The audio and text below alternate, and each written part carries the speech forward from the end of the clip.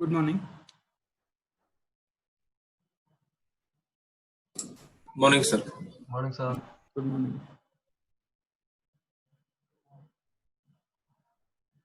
So, day before yesterday, we started this PID tuning.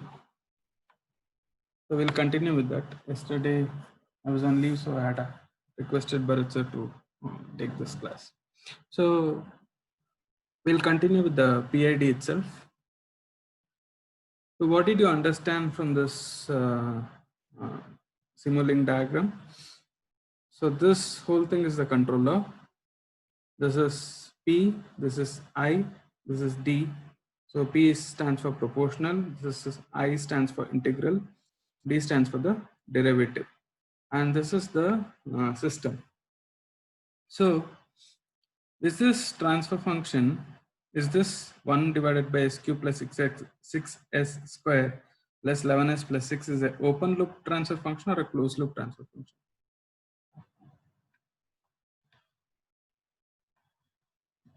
Are you able to see the Simulink window? Yes, sir. I think closed loop transfer function. Okay. One more. Is it closed loop? Just once again.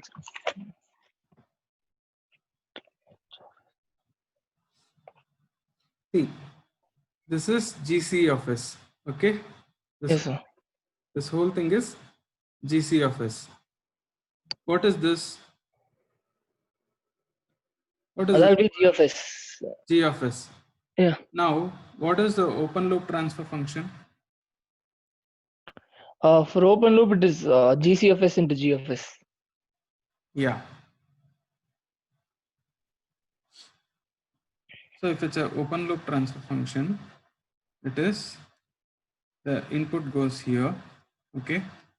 You have this GC of S, and then this is G of S. Okay, and this is the output.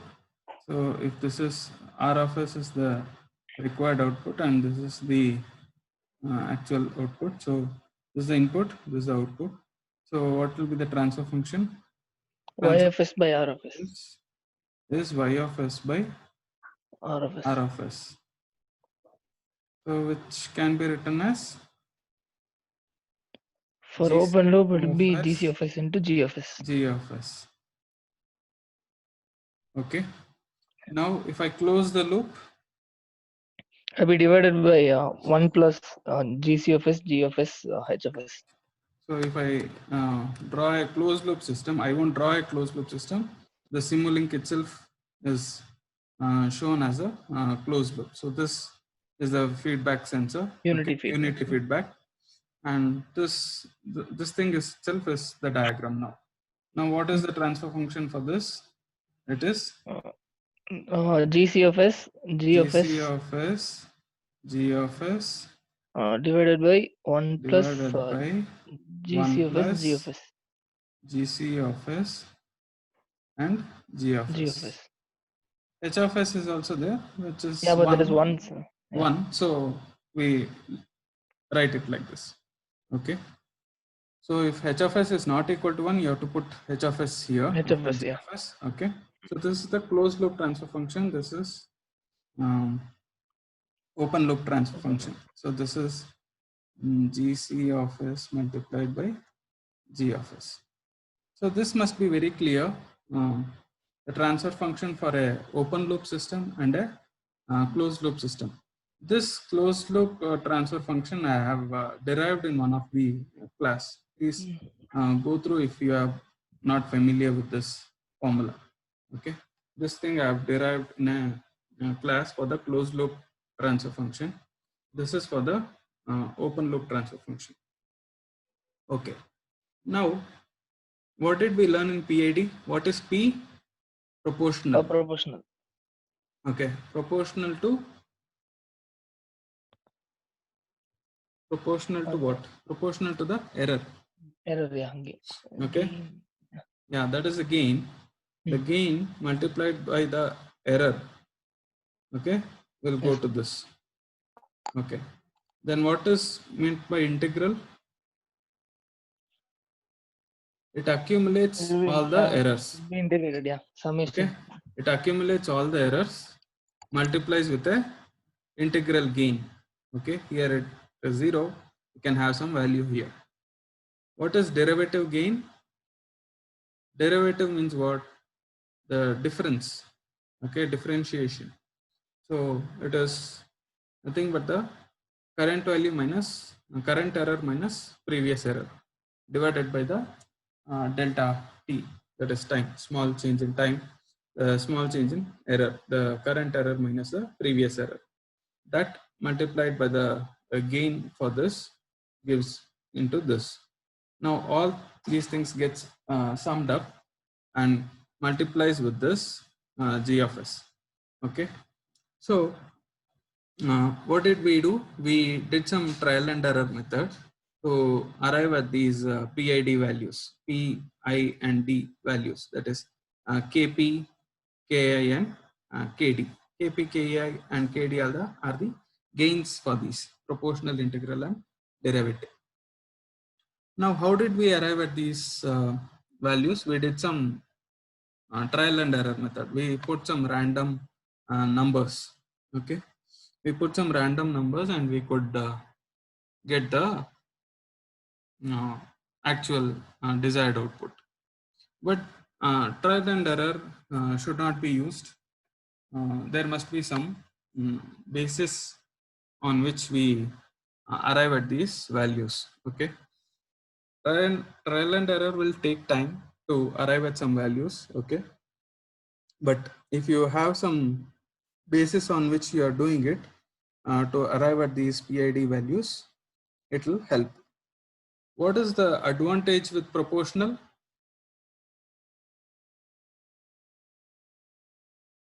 What is the advantage that you get with the proportional gain?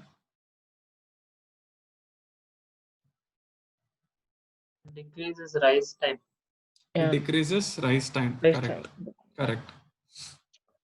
What is the disadvantage with the proportional? I think the overshoot is too high. Overshoot will be there, This and is overshoot. And error also. steady state Stability error. Steady decrease. state error, yeah. Steady state error decreases, but it does not eliminate. Yes, sir. Okay, steady state error decreases. That is good. Error decreasing is good, but it does not eliminate the error. Okay, that is with the proportional. What is it with the integral? That eliminates the steady state. What about error. the rise time? Rise time Also decreases. Rise decreases. Rise time decreases. Overshoot time increases. increases. That's a disadvantage. And then what about the steady state error? Steady state error, it eliminates, sir. Eliminates. Steady state error eliminates. What about the derivative? Rise time, not much change. Much change. Okay. What about the Decreases overshoot? the overshoot. Decreases overshoot. What about the steady state error? And it has no effect on steady state. No effect on steady state error. Okay, correct. So you need to understand all these advantages and disadvantages of the P, I, and D. Okay. Now, how do we arrive at these values? Okay. How do we arrive at KP, KI, and KD values if I have to design a PID controller? So for that, there are some techniques by which we do that. So one of the method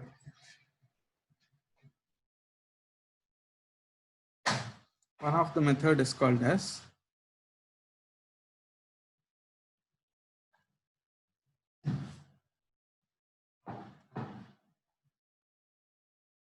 Ziegler-Nichols method. Okay, Ziegler-Nichols method. So what does this method tell us is how to arrive at the PID values so that the desired output and the actual output are the same. Okay, so Ziegler-Nichols method it's called. So we'll discuss this method now. Before that, the first step in Ziegler-Nichols method is you need to have this as 0, the integral gain as 0, the derivative gain as 0, and the proportional must be increased. Okay, increase only this Kp value. Okay, the keeping other two values 0. So this is the first step of Ziegler-Nichols method. Now, what do we get? So we just need to increase this 1 to some value. Okay, first let's see what is happening with 1 and then increase it. Okay, so just run this and then are you able to see the window? The Yes, sir. Yes, sir. scope window is visible. Okay, so what do you see? This is 1 here. This is the desired output. What is the actual output? It is Less than 0.2. sir. less than 0.2. Okay, so this is not what we require, right? No, sir. What is the steady state error? It is more than 0.8. sir. 0.8. It is more than 0.8. Okay, fine. Now we'll increase this. We'll increase it to say 10. Okay, and then run it. See this. Error has reduced. Okay, fine. I'll further increase it to 20.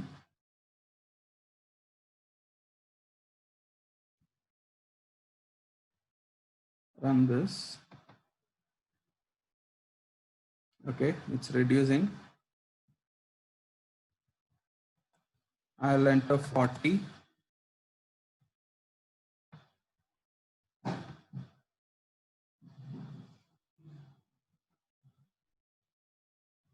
Okay, still there is some error.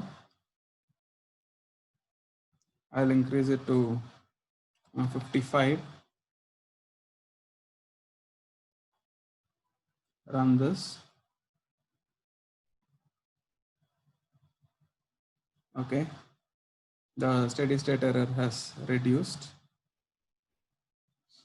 I'll make it 65. And then run this. What do you see? The overshoot is way too much. Mm. It's not constant. Is that only that you see? Sir, is it that marginally stable? Will it be part of that? Or? See here, this is smaller. This is getting big. This is getting big. This is getting big. Okay. So what do you mean by that? Getting bigger. The amplitudes are becoming bigger, bigger, bigger. What is that system called?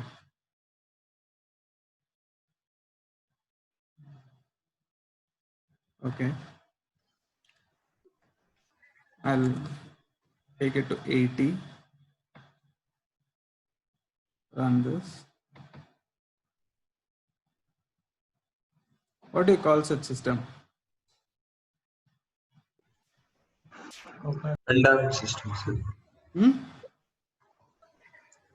What?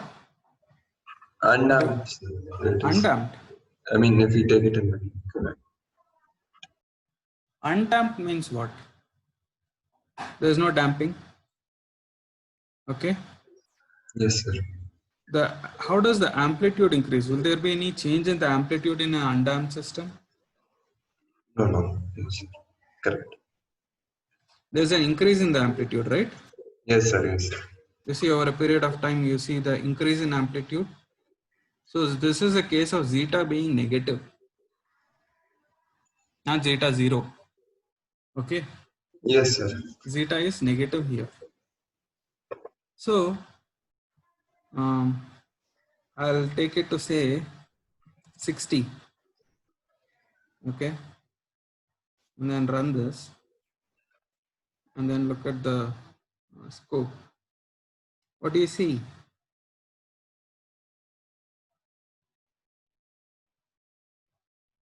What do you see? Sir, the sine wave. Looks like a sinusoidal wave. That value. Looks like some zeta equal to 0. Yes, sir. No, good, sir. The undamped system, someone answered. Does it look like that now? Almost? Yes. Okay. Now, what have we done? What kind of stability is this?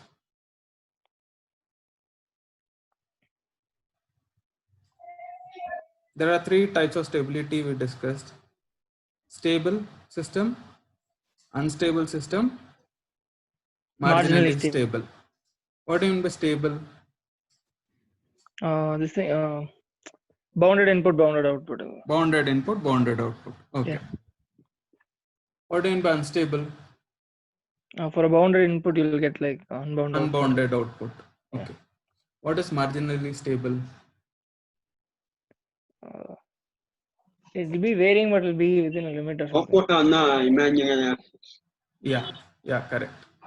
So what kind of system is this?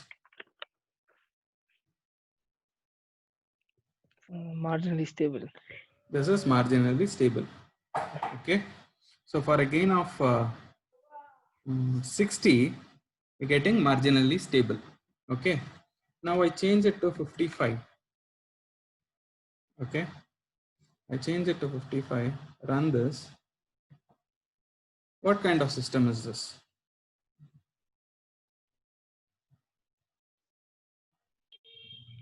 Looks like a stable system. Stable Yeah. system. Okay. Because it's going to 0 It is over a become- period of time. Okay. That is, it will reach the steady state error. Fine. It's a stable system at 55, marginally stable at 60, and 65 or more than 60, it becomes unstable. Mm. Okay. System is becoming unstable. Okay. Yes, sir. So what did you understand now? We have not changed the integral, we have not changed the derivative, both are 0. Okay. We are just changing the proportional. Okay. Kp. Okay. Kp gain we are changing, and we found that 60 is marginally stable. Okay. And beyond this, it's becoming unstable. So 60 is marginally stable. Okay.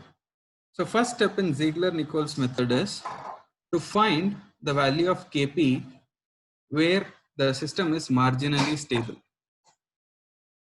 Okay. You have to find the value of Kp where the system is marginally stable.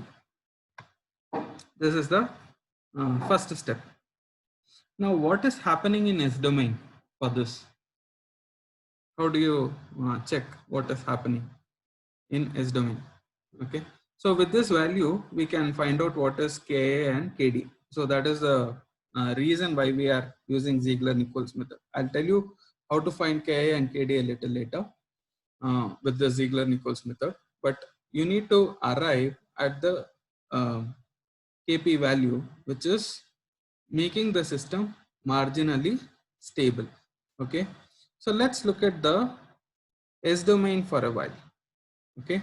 Let's look at the S domain for a while. So is this visible? Yes, sir. Okay. Now, what is S divided? S is equal to 1 divided by S plus 1 into S plus 2 plus into S plus 3. Okay. If you do that, what you get is, you get S is equal to 1 divided by S cube plus 6S square plus 11S plus 6. Okay. This is what you get. If you multiply this S plus 1 into S plus 2 into S plus 3, if you do, you'll get this. Okay. You can check this later. Where are the poles for this?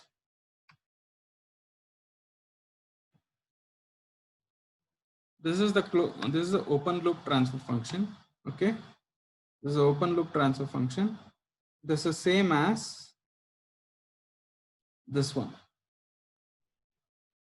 Okay. It is 1 divided by S cube plus 6S square plus 11S plus 6. The same thing over here. I have entered it as 1 divided by s plus 1 into s plus 2 into s plus 3, which is nothing but if you multiply this, you will get this only 1 divided by s cube plus 6s square plus 11s plus 6. Okay. Now, where are the poles for this? What do we mean by poles? What do you mean by poles? Roots of denominator transfer function. The roots of the denominator of the transfer function is called poles. What are the roots? -1, -2. -1, -2, -3. -1, -2, -3. Okay. PZ map means pole 0 map. Okay. PZ map means P stands for pole, Z stands for 0. PZ map. I just say S. Okay. PZ map S. I want to see the pole 0 map. Run this.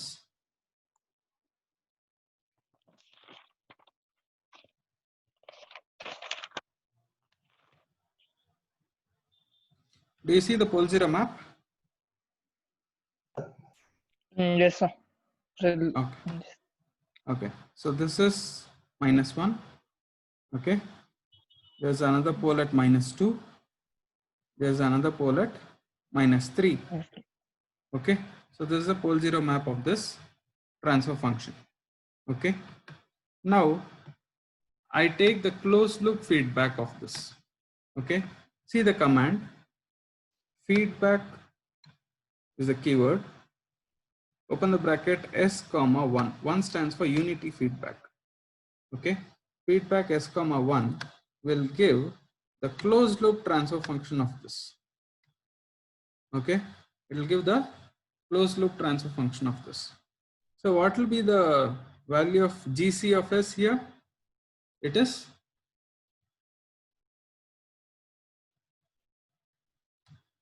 1. Okay, because it is 1 here in the numerator. If I multiply by 60, Maybe what will be 60. this? It will be 60 Maybe 60 divided by by s plus 1. s plus 1 into s plus 2 into s plus 3. Okay. Do you see the closed loop transfer function here? This is closed loop transfer function. 1 divided by s cube plus 6s square plus 11s plus 7. How did you arrive at this? Using the transfer function formula. Yeah, using the transfer function formula, you get this. Okay. So it is, I'll just show 1 divided by s cube plus 6s square plus 11s plus 6. Okay. This is GC of s into G of s. Okay. GC of s is equal to 1. GC of s is equal to 1 means k is 1. Okay. Divided by 1 plus 1 divided by s cube plus 6s square plus 11s plus 6. What do you get? You get, if you take the LCM and all those, if you do, you get 1 divided by s cube plus 6s square plus 11s plus 7. This is what you get. So what transfer function is this? Open loop or closed loop? Closed loop. Closed loop transfer This function. is closed loop transfer function. Okay. Now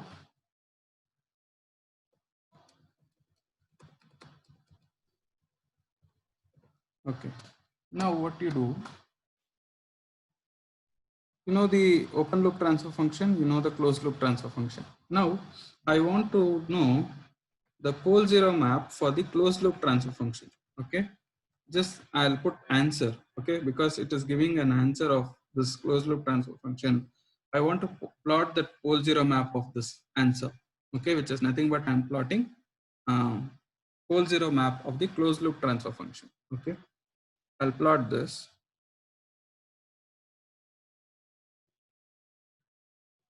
What do you see? You see one pole here on the real axis, minus 3.32, Okay, and then a pole here which is at minus 1.34 plus 0.562 I, and then a pole here at minus 1.34 minus 0.562 I. Okay, now what has happened? You had poles at minus 3, minus 2 and minus 1 in an open loop transfer function, correct? You had minus 3, Yeah. minus 2 and minus 1 2, in the minus 1. open loop transfer function. When you get into the closed loop transfer function, the poles have changed. The poles, one pole has moved from minus 3 to minus 3.32, and the other pole which was at minus 2 has gone to this thing, and another pole has come down here. Okay, now what you do, you increase the value of k, the same thing what you did in Simulink. Okay, same thing you do, 10. Okay, 10 is the value of k. For that, what will be the closed loop transfer function? It will be 10 divided by s cube plus 6 s square plus 11s plus 16. Okay, and this is how the pole zero map looks like. Okay, so this is moving. You see, this is moving from the previous value to this value. Okay, you change it to say 20. Run this. You see the values are changing. Okay, for these three, it's changing. That means poles are moving. Okay, what am I changing? What am I varying? K value, sir. K value. Okay, Yeah. proportional gain I'm changing. Okay, now where did we get that? Say 50. Okay,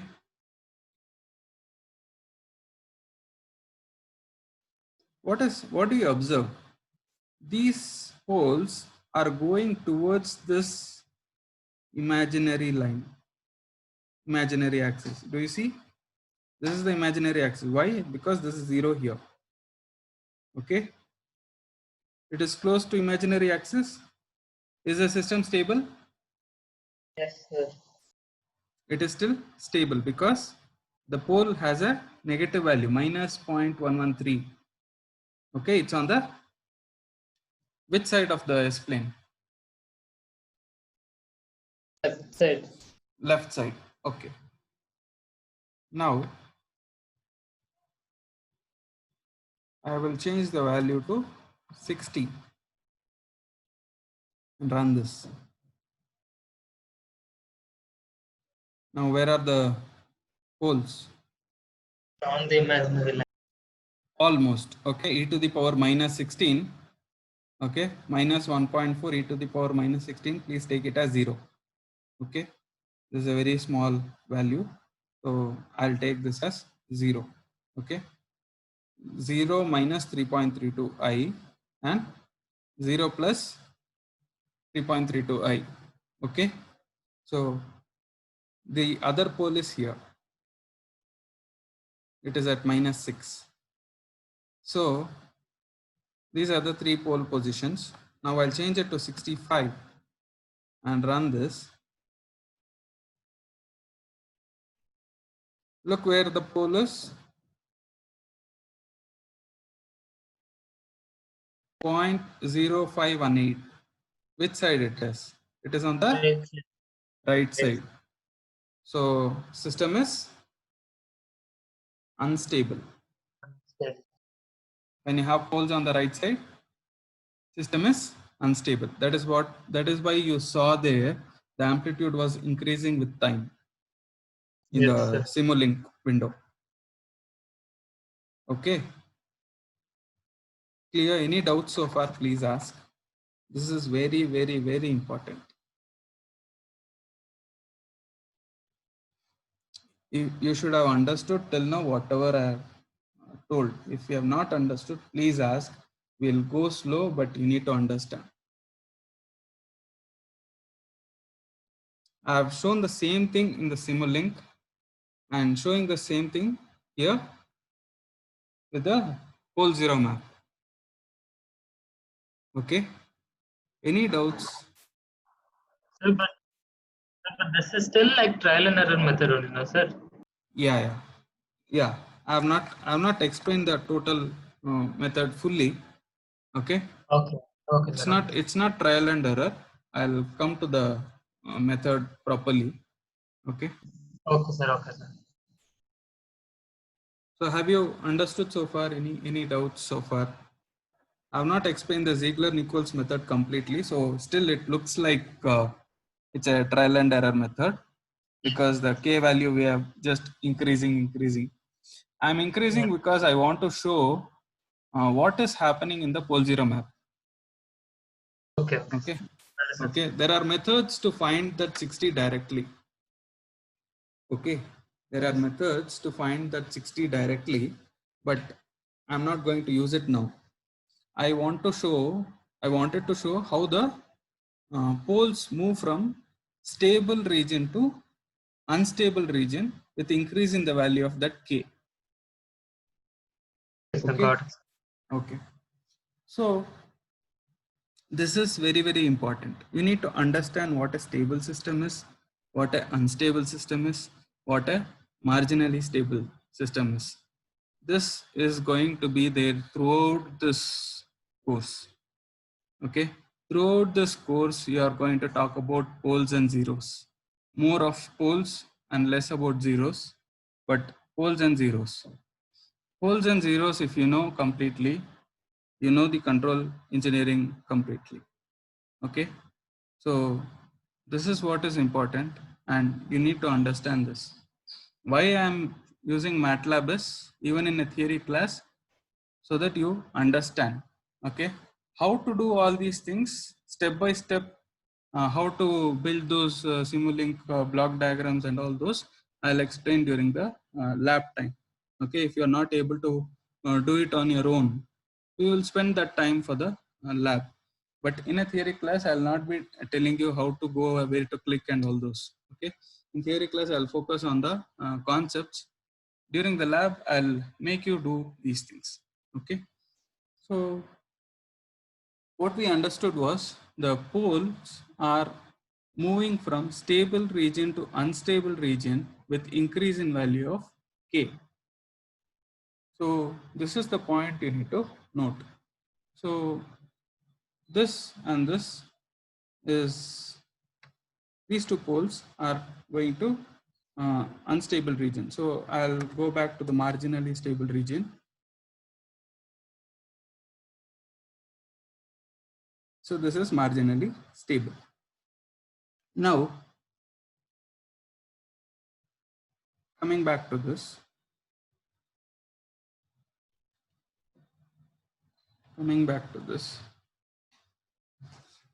now if I know the value of the, sorry, if I know the value of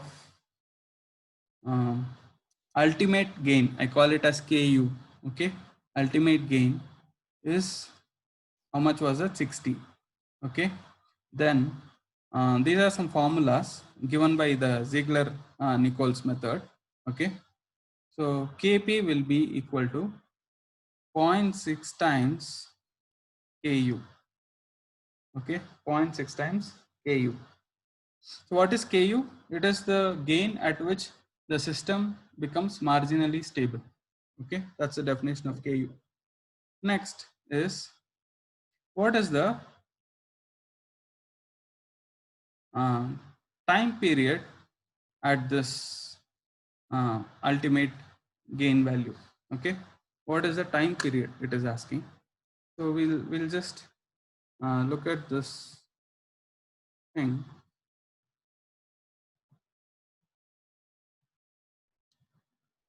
Are you able to find the time period here?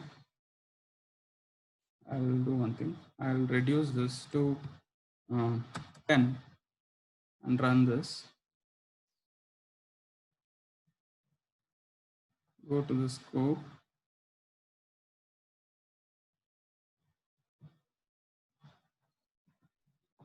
So Can you tell me what is the time period for this?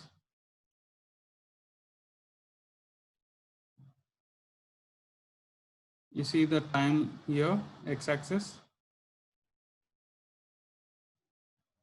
Hello. Roughly 2 seconds, sir. Yes, sir. 2 seconds probably. Around 2 seconds. Okay. Yeah. Around 2 seconds. I'll take it as 1.9. It's not exactly 2. Okay. I'll take it as 1.9. You can measure it, but I don't want to waste time measuring exactly. So we'll take it as 1.9 seconds. You said 2. I'll take it as just as 1.9. Okay.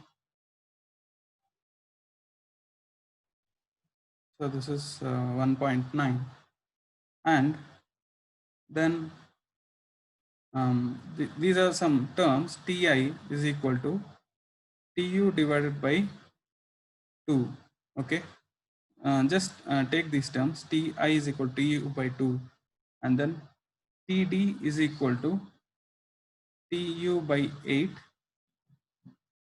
Okay, I'll tell you what are these. Ki is equal to Kp divided by Ti, and then Kd is equal to the differential gain is equal to Td multiplied by Kp. So these are the values, these are the formulas given by Ziegler-Nichols. So you know how to calculate this. You don't know how to calculate this, but you know by trial and error, but you know the meaning of this. Okay, 60 means the gain at which the system is marginally stable. Okay, 1.9 means what? It is a time period of the marginally stable system. Okay, Ti, you need not worry about what is Ti. Okay, just take Ti is equal to Tu by 2 and Td is equal to Tu by 8. These are Ti and Td are required to find the Ki and Kd values. Okay, so Ki is equal to Kp divided by Ti, and Kd is equal to Td into Kp. Just the formulas. Okay, there is nothing much to do in this. Now, if you know this thing, if you can find this, you can find all of these. Yes, sir. With this formula. Okay, from where this formula came, it's given by Ziegler-Nichols. We will not worry about the derivation part or what is Ti, what is Td. Okay, Ki is equal to Kp divided by Ti. Kd is equal to Td into Kp. Okay, so you need not remember these formulas. Also, formulas will be given in the question paper. Don't worry about these. Okay, so all this will be given. Now, if you know this, then you can find rest of this. Okay, if you know this, then you will get this Kp. This will not be 60, it will be 0.6 times 60. Okay, so if you calculate this, just 1 minute. Okay, so if you calculate this, this will be 36. Okay, I'll show you the calculation later. This will be 37.89. If you calculate, you will get this. Okay, and this will be 8.55. Okay, and then you run this, you will get this. Okay, there is some small overshoot, but and some settling time, it reaches the steady state. So this is given by Ziegler-Nichols method. It has some overshoot, but you can still finally control these things if you want to still control. Okay, so don't worry about all these things. These are given data. Okay, all you need to know is how to arrive at the 60. Okay, the condition is the system become marginally stable. So you should know about this. Okay, so we'll stop here. We'll discuss how to find the 60 directly instead of a trial and error method. That is, we'll discuss this tomorrow. Thank you. Bye. Thank you, sir. Thank you, sir.